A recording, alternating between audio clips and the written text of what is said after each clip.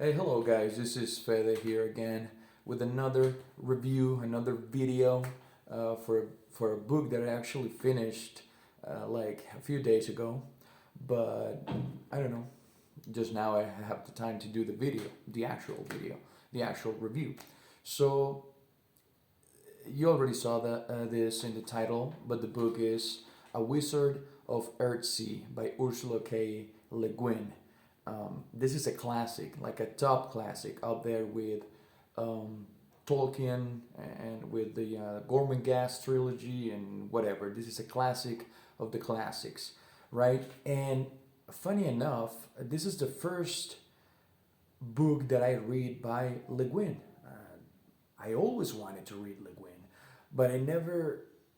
I have literal years wanting to start reading the Earth Sea cycle, the way it's called. All of these books, different books located in the same world of different like islands, and yeah, let's just talk about the book because my experience with it was a little bit weird, and I'll tell you why in a moment.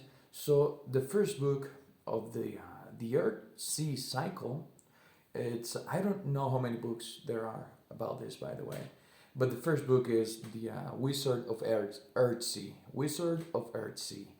and that's the first book. And I read it. I didn't read this in English. That's why I'm having trouble to remember the title in English. But it is A Wizard of Earthsea. I'm going to look it up before the video just to verify. But yeah, that's the title.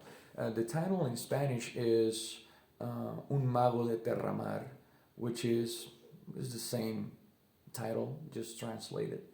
And it is a very, very short book.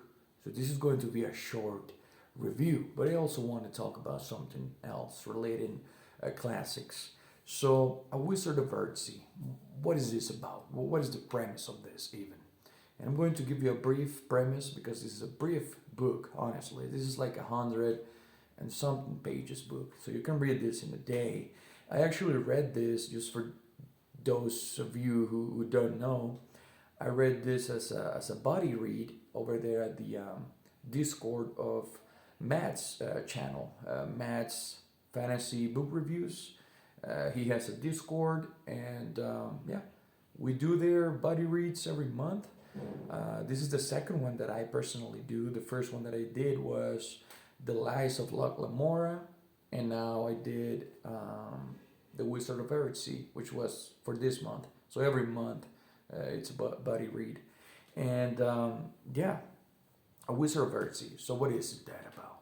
Well, the beginning of the book tells you that there is this great wizard that we have, right? The greatest of all wizards.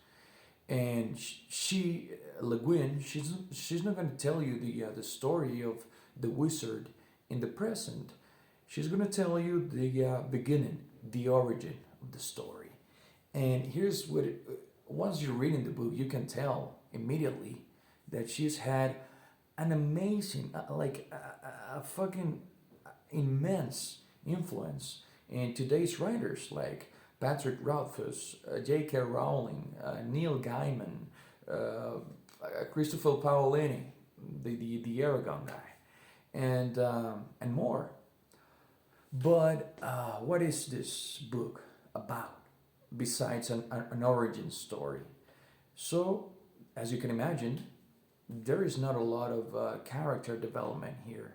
This is a story about the origin of the wizard, and it's very like in Spanish you will say periódico, which is like periodical, like in chapters. It's really fast paced, and to some readers now, it might seem dated because it kind of is.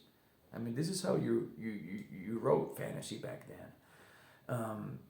There were not this like 1,500 pages fantasy epics back then. That just didn't happen. It wasn't that popular, and it wasn't popular. And what is interesting me to talk about this is not so much the book itself, because the book is fairly simple. It's a basic story. It's an entertaining story about the origin of this wizard and how he goes to this school and how he learns good from wrong and how to handle his magic and everything. So that's a story. You can read it in a day. Go read it. It's a classic. If you like fantasy, you at least need to read this story once. What I wanted to talk about is Le Guin's writing.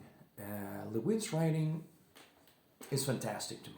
It feels really I don't want to say cozy because it isn't cozy, and besides that's anachronistic for me to say because there weren't any cozy fantasy back then. That term didn't exist, but it is a great prose, and also for me the way I saw this book is that Le Guin wrote her stories as sci-fi writers wrote their stories. You know, as Philip K. Dick or Arthur C. Clarke wrote their stories, which is the idea, the message that you want to send to the reader is more important than the characters or the story development, and that happens here in this book. This is the first fantasy book that I've read that puts the idea, the moral, at the center of the story. In sci-fi, that happens all the time. That's a trope for classic fantasy. And when it happens today, that's great. It's rare, but it is there. But in fantasy, that doesn't happen that often. So it was interesting to see it here in this book. And I wonder, to be honest, I really don't know if I will be continuing with this cycle, the Earthsea cycle, because I don't know if I want to keep reading stories like that. And I know Le Guin was like that. I've read a lot of her interviews and saw documentaries on her, and every story that she speaks about, it seems to have the message at the center of the story instead of developing the characters. And that's okay. I mean, that's great. And she was, at the time, she was very anti-culture. So she had a message to send to society, and she told that message through her fantasy. And that was her way. And that's fantastic. I mean, she was a pioneer for the fantasy genre. And but I don't really think that style of writing is going to be my thing. Whether I like to admit it or not, I do like to. I mean, I do like to read classic fantasy, of course. But I also think that the stuff that is being written now, I don't want to say it's better, but it's improved a lot from back then. An analogy, and this I'm going to steal from Matt's book reviews. He said once that classic fantasy, and he was referring to the Lord of the Rings back then. I remember he said that the Lord of the Rings were like Super Mario 64, right? It was revolutionary at the time, but today, I can understand the importance of Mario 64, but I want to play Starfield or I want to play fucking Red Dead Redemption.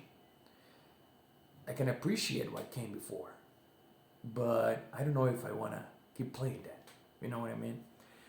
Maybe I do want to read other stories from the Earthsea cycle, and in the future it's not going to be this year, for example. It's not going to be this year, but I do want to read that and see what I think of them, and maybe I change my mind. Maybe I will appreciate these stories more once I'm older, but I really don't know right now.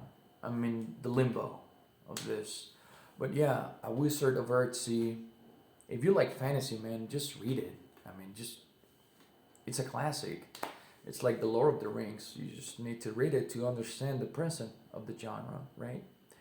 But yeah, that's just what I think of this book. I don't know if I have anything else to say about this. I know that I haven't uploaded a video in like a week, and that was because I was actually on vacation.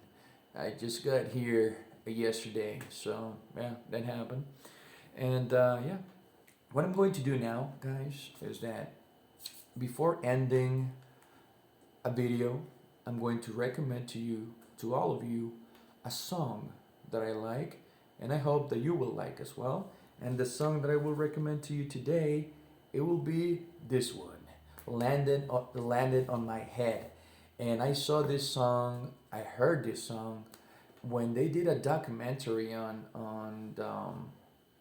forget the name, uh, Crazy Dave. No, Crazy Dave. What was the name? Super Dave.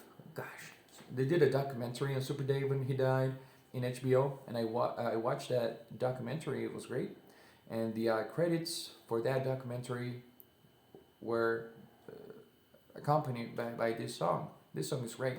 Should listen to it. All right, guys. I'm gonna be making another video soon in a couple of days. So see you then. Bye bye.